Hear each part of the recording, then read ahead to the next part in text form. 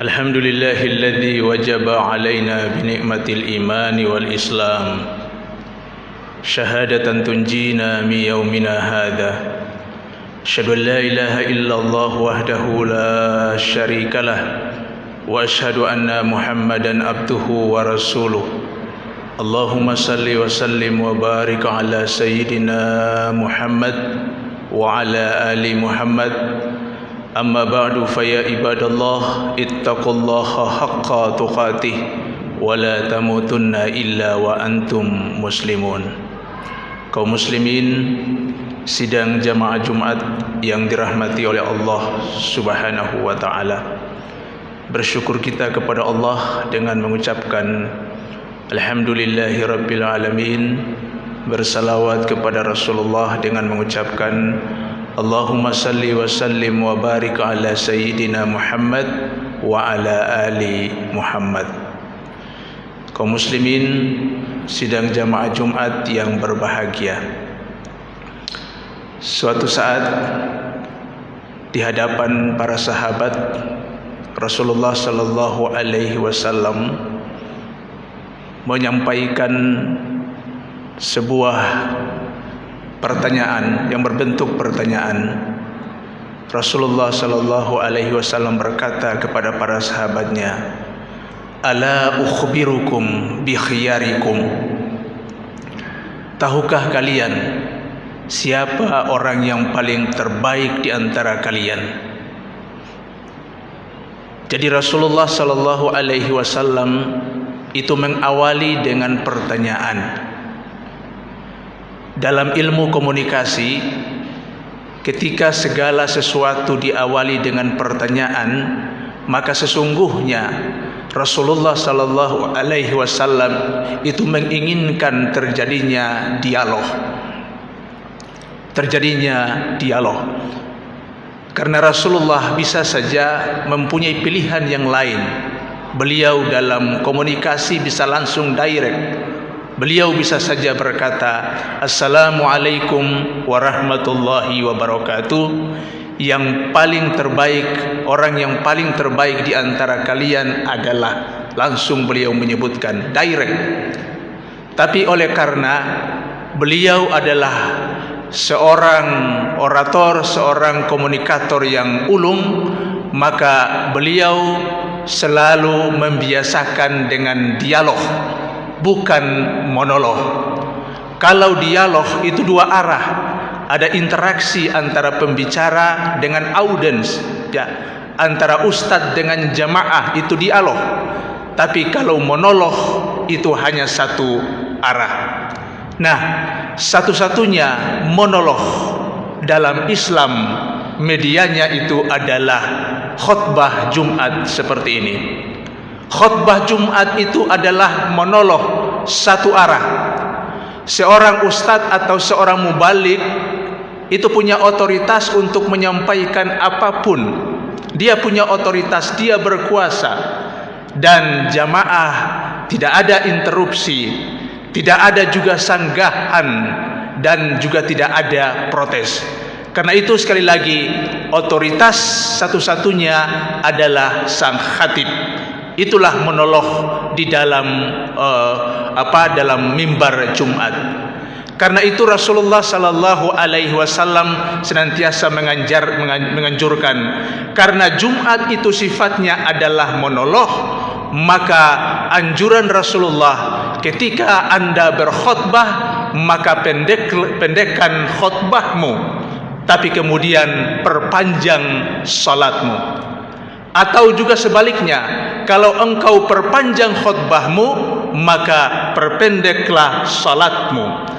Yang terjadi di kita adalah kadang khutbahnya panjang, salatnya juga panjang.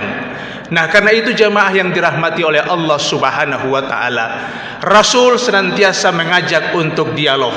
Karena itu kalau kita baca dalam historis, dalam sejarah, Rasulullah senantiasa membentuk khalaqah, membentuk majlis-majlis, agar apa? Ketika beliau mengajarkan sesuatu, ada feedback, ada imbal balik antara satu dengan yang lain. Nah, jamaah yang dirahmati oleh Allah Subhanahu wa taala, Rasulullah bertanya, "Ala ukhbirukum bi khiyarikum?" Tahukah kalian siapa orang yang paling terbaik di antara kalian? Jamaah, dulu ukuran orang yang terbaik itu bisa lihat dari harta yang dia miliki. Berapa banyak onta yang dia miliki. Ukuran orang yang terbaik pada saat itu bisa saja dari kekuasaan atau dari kedudukannya. Orang yang terbaik pada saat itu bisa saja dilihat dari turunan darah birunya, dari silsilahnya. Nah, Rasulullah sallallahu alaihi wasallam itu beliau datang, beliau adalah agent of change, beliau adalah agen perubahan. Beliau merubah seluruh tatanan masyarakat Arab pada saat itu. Yang baik tetap beliau pertahankan, tetapi yang buruk kemudian beliau melakukan perubahan-perubahan. Karena beliau adalah agent of change, kedatangan beliau adalah merubah tatanan-tatanan yang buruk, sehingga muncul perlawanan, muncul resistensi. Kita melihat orang seperti Abu Lahab, Abu Jahal yang menentang Rasulullah sallallahu alaihi wasallam. Secara pribadi mereka memang suka Rasulullah sallallahu alaihi wasallam, tapi oleh karena beliau datang untuk merubah tatanan sosial masyarakat pada saat itu, yang dulu ketika mereka berdiri, budak-budak, ya, hamba-hamba sahaya itu tidak bisa duduk dengan mereka. Maka pada saat ketika Rasulullah datang, Rasulullah sallallahu alaihi wasallam membuat kondisinya equal, setara, bahwa tidak ada perbedaan antara satu dengan yang lain kecuali takwa di hadapan Allah Subhanahu wa taala. Karena itu sekali lagi kita kembali kepada pokok pembicaraan kita tadi. Ala ukhbirukum bi khiyarikum? Tahukah kamu siapa orang yang paling baik di antara kamu? Dan ketika itu para sahabat kemudian diam, dan Rasul kemudian menjawab, orang yang terbaik di antara kamu adalah alladzina idza ru'u dzukirallah. Orang yang paling terbaik di antara kamu adalah orang alladzina idza ru'u dzukirallah. Apabila dipandang, apabila dilihat, maka membuat kita ini ingat kepada Allah Subhanahu wa taala. Ra'a, ru'u berasal dari kata ra'a. Ra'a artinya melihat, memandang, sedangkan ru'u artinya dipandang atau dilihat. Alladzina idza ru'u dzukirallah. Orang yang ketika dilihat atau dipandang membuat hati kita ini senantiasa ingat kepada Allah Subhanahu wa taala. Apakah ada orang-orang seperti itu dalam hidup ini? Ada, para jemaah sekalian. Coba kita sendiri bisa rasakan dalam hidup dan kehidupan kita. Ada hamba-hamba Allah yang ketika kita pandang, kita lihat dia, kita memandang dia, membuat hati kita ini tenang, membuat hati kita ini damai, dan membuat hati kita ini senantiasa connect kepada Allah Subhanahu wa taala. Kenapa? Bisa jadi karena dia adalah ahli ibadah. Bisa jadi dia adalah orang yang sangat ikhlas. Prestasi-prestasi ibadahnya di hadapan Allah Subhanahu wa taala yang sangat luar biasa, sehingga saat ketika dia dilihat atau dipandang wajahnya membuat hati kita ini connect kepada Allah Subhanahu wa taala. Lihat para ulama-ulama kita yang sangat ikhlas, para habaib-habaib kita, orang-orang saleh. Begitu kita melihat, hati kita ini sangat damai. Kenapa? Dia begitu ikhlas dan dia dekat kepada Allah Subhanahu wa taala. Itulah orang yang terbaik menurut Rasulullah sallallahu alaihi wasallam. Jamaah, di dalam Islam ada waktu-waktu, ada kondisi-kondisi ketika kita berada pada waktu atau kondisi itu membuat kita ini ingat kepada Allah Subhanahu wa taala. Di dalam Islam ada juga tempat ketika kita berada di tempat itu membuat kita itu senantiasa ingat kepada Allah Subhanahu wa taala. Bahkan di dalam Islam ada bunyi-bunyi atau ada suara-suara, saat ketika kita mendengar bunyi atau suara-suara tersebut membuat hati kita ini connect kepada Allah Subhanahu wa taala. Ada kondisi atau ada waktu-waktu di mana kita teringat kepada Allah Subhanahu wa taala, yakni pada saat di tengah malam, di sepertiga malam yang terakhir. Ketika itu bangunlah kita, nun di keheningan malam, wa minal laili fatahajjad bihi nafilatan lak asa ayyab'atsaka rabbuka maqaman mahmuda. Nun di keheningan malam, bangunlah engkau bermunajah dan berdoa kepada Allah Subhanahu wa taala. Saat itu adalah waktu-waktu yang terbaik untuk kita ingat kepada Allah Subhanahu wa taala. Ada juga tempat-tempat yang terbaik ketika kita berada di tempat itu membuat kita ingat dan connect kepada Allah Subhanahu wa taala. Jamaah yang dirahmati oleh Allah, Makkah Al-Mukarramah dan Madinah Al-Munawwarah. Walaupun tahun ini kembali pemerintah telah memutuskan untuk kita tidak bisa, umat Islam di Indonesia tidak bisa berangkat haji, tapi ingat kerinduan kita terhadap Baitullah itu sangat luar biasa. Di Baitullah itu juga membuat hati kita ini connect kepada Allah Subhanahu wa taala. Ingat saat kita umrah, saat kita haji, ketika masuk di Masjid Haram, mata ini ketika pertama kali memandang atau melihat Ka'bah, dan ketika itu kemudian kita menjerit di hadapan Allah Subhanahu wa taala, Allahumma zid hadzal baita tashrifan wa ta'ziman wa takriman wa mahabatan wazid man syarrafahu wa karramahu mimman hajjah aw i'tamarahu tashrifan wa ta'ziman wa takriman. Ya Allah, selama ini hamba salat menghadap ke Baitullah ini, ya Allah. Betapa tinggi kerinduan hamba terhadap Baitullah ini, ya Allah. Dan saat ini Engkau mempertemukan aku dengan Baitullah ini, ya Allah. Bersimpuh di Baitullah ini. Syukur kepadamu, ya Allah. Saat-saat itu saja kita sudah tidak saja bisa menahan linangan air mata kita.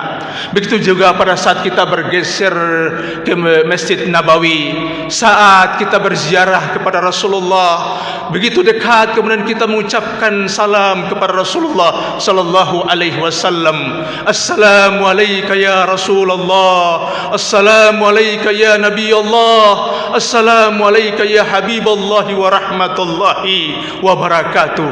Ya Allah, ya Rabbi, kita tidak hidup sejaman dengan Rasulullah sallallahu alaihi wasallam, tapi begitu kita datang menapaki jejak-jejak kehidupan Rasulullah sallallahu alaihi wasallam, tidak terasa hati kita ini kemudian connect kepada Rasulullah dan kepada Allah Subhanahu wa taala. Karena itu jemaah yang dirahmati oleh Allah, sekali lagi ada tempat, ada waktu, bahkan ada bunyi-bunyi atau ada suara-suara. Saat ketika kita mendengar bunyi atau suara itu membuat kita ingat kepada Allah Subhanahu wa taala. Mendengar pengajian, mendengar suara atau ayat-ayat Al-Quran membuat kita ingat kepada Allah Subhanahu wa taala. Jadi alladzina idza ru'u dzukirallah, orang yang ketika kita lihat, kita pandang, membuat kita ingat kepada Allah Subhanahu wa taala. Karena itu jangan heran jemaah yang dirahmati oleh Allah Subhanahu wa taala. Kita lihat dalam sejarah banyak para ulama-ulama itu berdekatan dengan para umara, para penguasa-penguasa itu mereka dekat dengan para ulama-ulama. Kenapa? Karena sang ulama itu yang kemudian menjadi pengingat mereka ketika mereka salah langkah, dan ketika melihat itu membuat mereka ingat kepada Allah Subhanahu wa taala. Syekh Mutawalli Asy-Sya'rawi, seorang ulama Mesir, dia adalah menjadi penasihat dari Hosni Mubarak.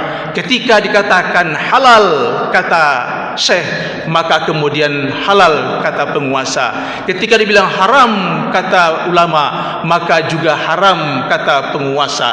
Bahkan kalau kita lihat di tanah-tanah Melayu, banyak kubur-kuburan para ulama itu berdampingan dengan para sultan. Itu kenapa? Karena mereka menyadari bahwa mereka dekat dengan para ulama-ulama. Karena itu jamaah yang dirahmati oleh Allah Subhanahu wa taala, sekali lagi, kalau diri kita ini belum bisa membuat diri kita ini, kalau orang memandang kita, membuat orang ingat kepada Allah Subhanahu wa taala. Tapi ada sebuah pepatah yang menyebutkan kun ma'allah, ya. Fala takun kun ma'allah, fala takun ma'allah, fa illam takun ma'aman ma'allah. Hendaklah engkau dekat kepada Allah, bersama dengan Allah. Tapi jikalau engkau tidak bisa bersama dengan Allah, fa illam takun ma'aman ma'allah, maka hendaklah kamu bersama dengan orang yang bersama dengan Allah Subhanahu wa taala. Akhirnya jemaah yang dirahmati oleh Allah Subhanahu wa taala, marilah manusia yang terbaik yang kedua adalah manusia yang senantiasa bermanfaat bagi orang-orang lain. Ingat dalam Al-Quran menyebutkan manusia itu dengan berbagai dimensi. Al-Quran menyebut manusia satu dengan basyarun. Manusia sebagai basyarun artinya manusia itu dalam konteks biologis, butuh makan, butuh minum. Al-Quran juga menyebut manusia dalam bentuk insan adalah manusia dalam bentuk psikologis yang butuh ruhaniyah, butuh beribadah kepada Allah Subhanahu wa taala. Dan yang terakhir, Al-Quran juga menyebut manusia dengan annas. Manusia sebagai annas adalah manusia dalam konteks masyarakat yang harus bersosialisasi, menjalin hubungan antara satu dengan yang lain. Karena itu adalah merupakan bagian dari kodras kita sebagai manusia. Barakallahu li wa lakum fil Qur'anil azim, wa nafa'ani wa iyyakum bima fihi minal ayati wa zikril hakim, wa taqabbala minni wa minkum tilawatahu innahu huwas samiun alim. Allahumma shalli ala sayyidina Muhammadin wa ala ali sayyidina Muhammad. Alhamdulillahilladzi amarna bil ittihadi wal i'tisami bihablillahil matin. Asyhadu an la ilaha illallah wahdahu la syarikalah, wa asyhadu anna Muhammadan abduhu wa rasuluh. أما بعد فيا عباد الله اتقوا الله حق تقاته ولا تموتن إلا وأنتم مسلمون واعلموا أن الله سبحانه وتعالى أمركم بأمر بدأ فيه بنفسه وثنى بملائكته المسبحة بقدسه فقال تعالى في الكتاب الكريم إن الله وملائكته يصلون على النبي يا أيها الذين آمنوا صلوا عليه وسلموا تسليما وارض اللهم على أربعة الخلفاء الراشدين أبي بكر وعمر وعثمان وعلي وعلى بقية الصحابة والتابعين ومن تبعهم بإحسان إلى يوم الدين وعلينا هم برحمتك يا أرحم الراحمين اللهم اغفر للمسلمين والمسلمات والمؤمنين والمؤمنات الأحياء منهم والأموات إنك سميع قريب مجيب دعوات يا قاضي الحاجات ربنا هب لنا من أزواجنا وذرياتنا قرة أعين واجعلنا للمتقين إماما ربنا آتنا في الدنيا حسنة وفي الآخرة حسنة وقنا عذاب النار عباد الله إن الله يأمركم بالعدل والإحسان وإيتاء ذي القربى وينهى عن الفحشاء والمنكر والبغي يعظكم لعلكم تذكرون فاذكروا الله العظيم واسألوه نعمه يزدكم ولذكر الله أكبر أقم الصلاة